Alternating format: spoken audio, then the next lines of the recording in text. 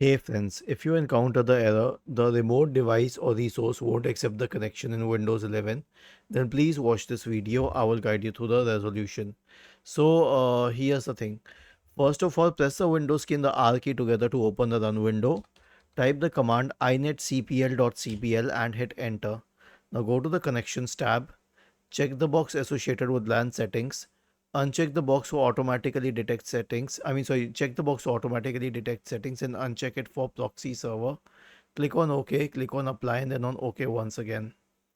This should solve the problem for most of the users, but if it does not, then right click on the start button, select settings from the menu. Now you can go to the network and internet tab on the list on the left hand side. Select advanced network settings in the right pane. Select network reset. Click on reset now and finally click on yes. Was this helpful? If yes, then please subscribe to the channel. If not, then let us know in the comment section of the video on how we could help you further. Thank you for watching this video and have a nice day.